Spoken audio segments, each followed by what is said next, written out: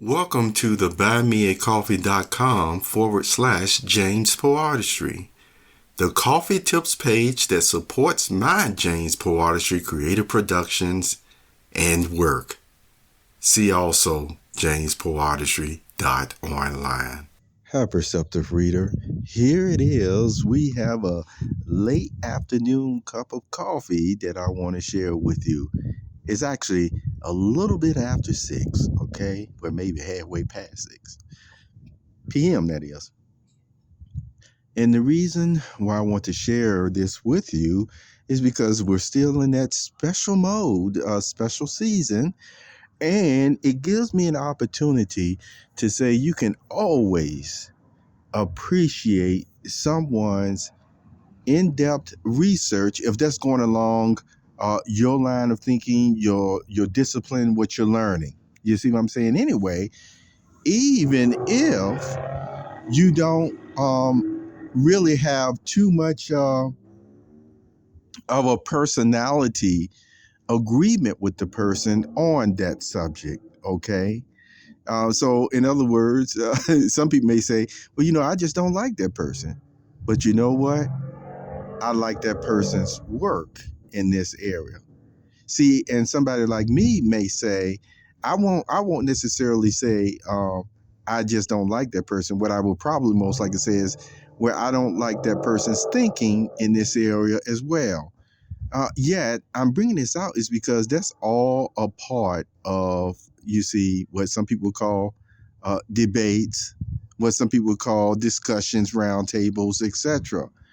And so I want to say this beforehand to make this point. I saw and listened to some research that was done, and it was involved with Bible canon and things of that nature. Now, the thing is, there was some additional research, if you will, that I feel like at times, sometimes you hear me say, I don't know where this came from or where that came from, because I certainly didn't ever read it in mythology or what have you. But at least in this person's research, which was not part of Bible canon, it did reference actually a historical archaeology or archaeological fact, you see, that I did learn about, in my travels and sages and things of that nature. However, I did not go into the depth of learning about this one titled fact like this person did. And that's why I say, well, if everything is accurate what this person is saying, I said you can really appreciate the depth and the delivery of what the person did. Now, in this case, no, I'm not mentioning the person's name or actually the in-depth information for a reason. However, if you still went to my buymeacoffee.com/James Poetry and actually asked me the reference, then I would give it to you just because you place a comment there. But see, since I'm not really doing a commentary or review of what the person stated, that's the reason why I'm not doing all that type of attribution this way. And so you may be wondering, well, James, why are you bringing this up all together?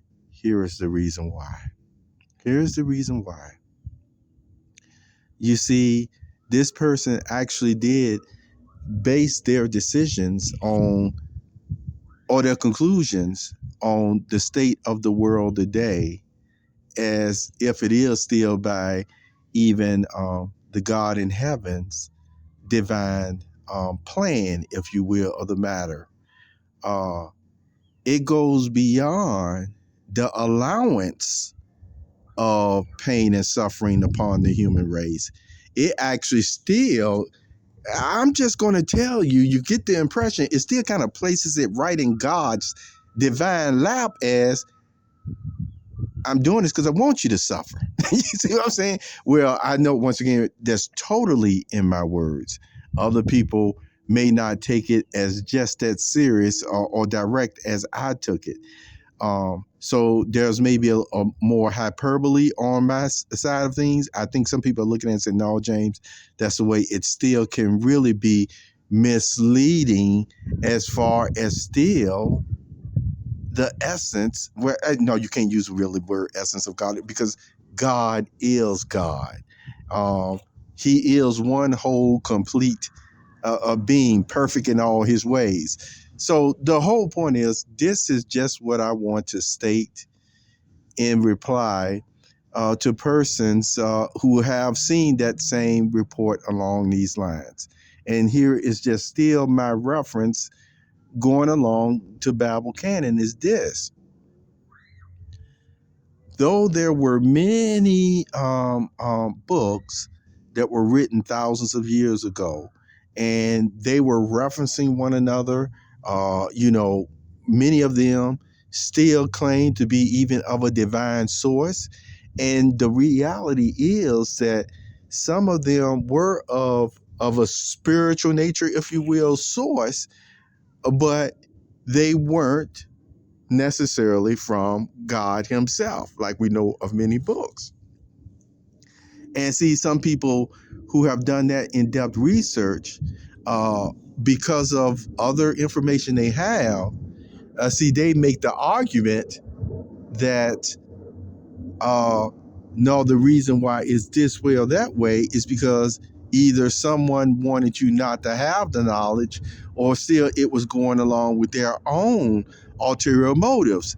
And so something like that is still just, it's just hard to always prove, because it can still be boils down to, well, you think you got your facts, and of course you can believe in your way, and yet, because I'm at least sticking to what I still know, and there's plenty enough information or evidence of it in this way, then this is still what I'm going to base my conclusions and decisions on, because overall I've at least seen the proof of how this really works out to the betterment of an individual in their life, even when they're working with others.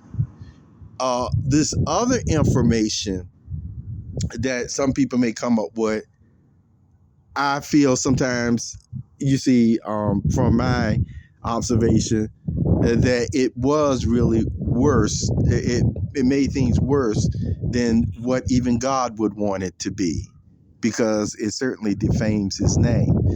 Well, all the same, this is just what I'm going to say, okay, is this.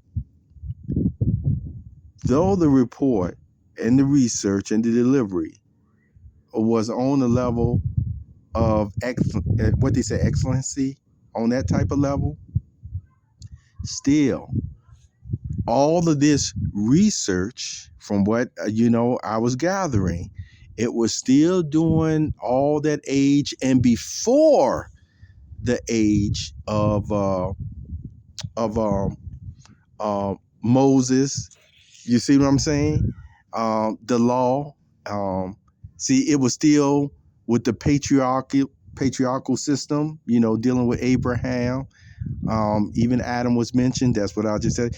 And so that should already tell you something there, that once Moses met with God, the I Am, God was already referencing, he was bringing in something new. He was bringing in something new. He continued those same thoughts along with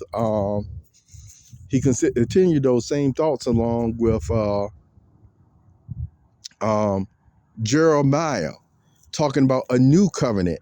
And boy, in that new covenant, he was really making clear that some of these hard-headed and hard-hearted ways, that yes, he even had to deal with the people through the law, because the law was still perfect.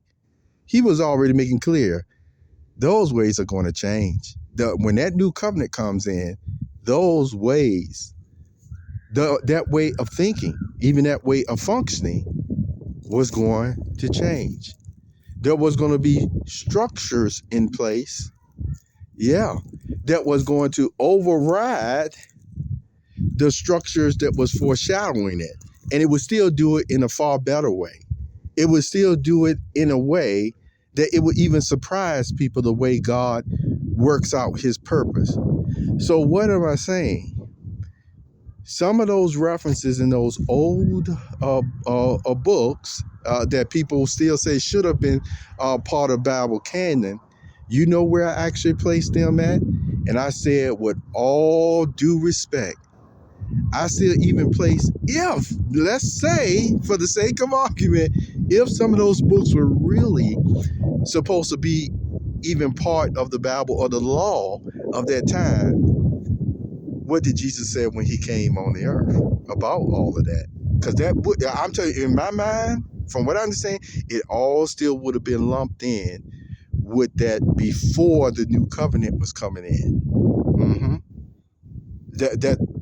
That's my observation. You can once again enlighten me maybe in another way. That the whole point is the same way the temple and many other structures were in place during Moses. Once Jesus came on the earth, he said he was the fulfillment of the law. And the law was more than just the 10 Commandments. He was the fulfillment in all of these ways. And so that's why when you start seeing those letters in Corinthians and Ephesians and others, you see what I'm saying? All in the New Testament or the Greek scriptures, they really started showing, at least from my view, and I'm pretty sure many others feel this way too, that Jesus was saying, this is the way we're doing things. And then he even showed us even more so in heaven that the role of Satan, it's almost like Satan does these bad things and God just allow it.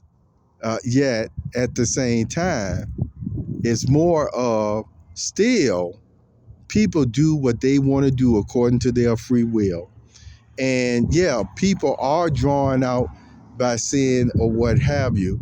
But it is still my structure, in my understanding, that not anymore is there just this other being, other than Satan himself, that we get to see a clear idea of how God feels about Satan and his demons. That God is sitting up there saying, well, you can I'm sending you to do this, to do that to that person or what have you. No, it's just like with Job. Satan just was being, as wicked as he wanted to against him and his family, and God just allowed it.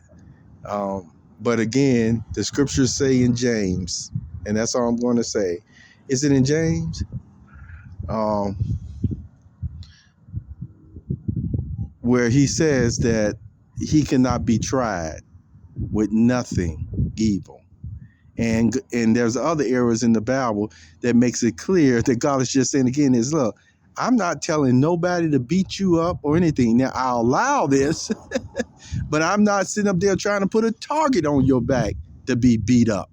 But anyway, the whole point is I want to emphasize in closing, the scriptures tell us the state of the world and why suffering comes about. But it doesn't mean we're just supposed to sit up there and allow it, because this is part of Bible prophecy. Yeah, Bible prophecy is telling us the bad people who reject God would do this stuff, not the good people who love God. We're supposed to resist the devil by doing good, by conquering the evil with the good.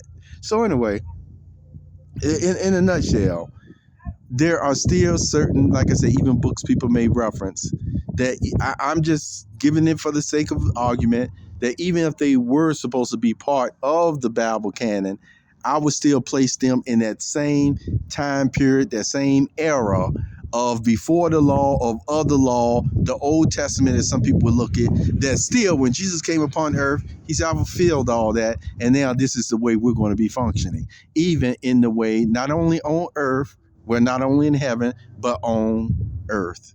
Take care of yourself for self to read.